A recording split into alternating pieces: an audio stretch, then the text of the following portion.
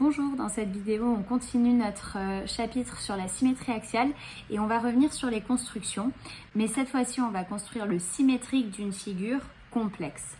Alors, je vous laisse dessiner avec moi une figure, celle de votre choix. Moi je vais faire quelque chose d'un peu atypique. Vous faites absolument ce que vous voulez comme figure, il n'y a aucune obligation. Vous pouvez simplifier la figure si jamais vous trouvez celle-ci un peu trop compliquée.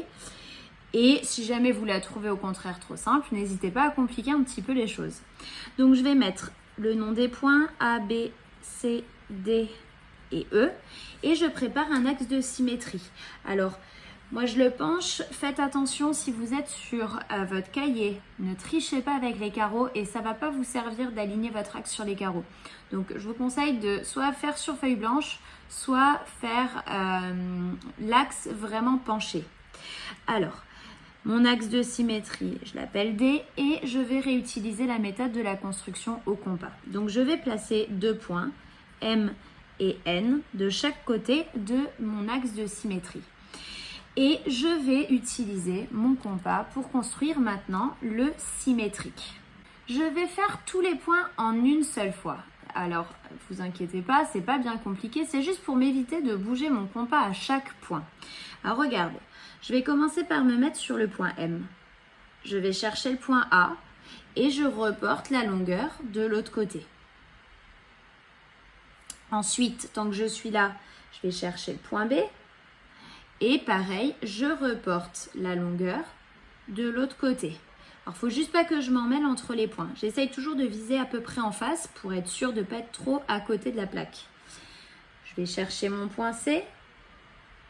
Je reporte de l'autre côté. Je viens prendre la mesure jusqu'au point D. Je reporte encore une fois de l'autre côté. Et alors, je pense que je n'ai pas tracé assez long, voilà. Et enfin, mon point E. Et je reporte encore une fois de l'autre côté.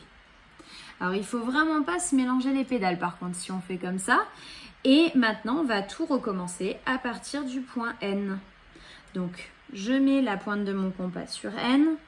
Je viens chercher le point A et je reporte. Alors, j'ai que besoin de faire le croisement. A, il est arrivé ici. Ensuite, j'avais B ici. Donc, je viens chercher B et je crée mon croisement. Je viens chercher C. Je fais mon croisement. Je viens chercher D. Je croise aussi. Alors, toujours le bon arc de cercle. Et enfin, le point E. Et je viens créer mon croisement. Une fois que j'ai terminé, je peux mettre le nom des points. Alors, j'avais A', B', C', D' et E' dans l'ordre. Et maintenant que j'ai terminé de tout tracer, je n'ai plus qu'à relier. Donc, A', B',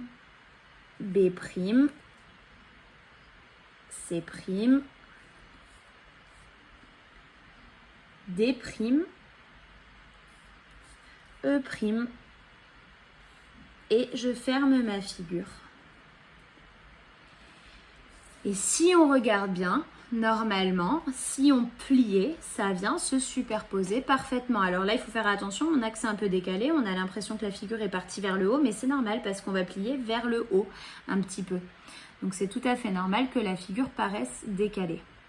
Voilà, alors c'est pas bien compliqué, il va falloir juste vous entraîner un petit peu à en faire quelques-unes et surtout faire ça soigneusement.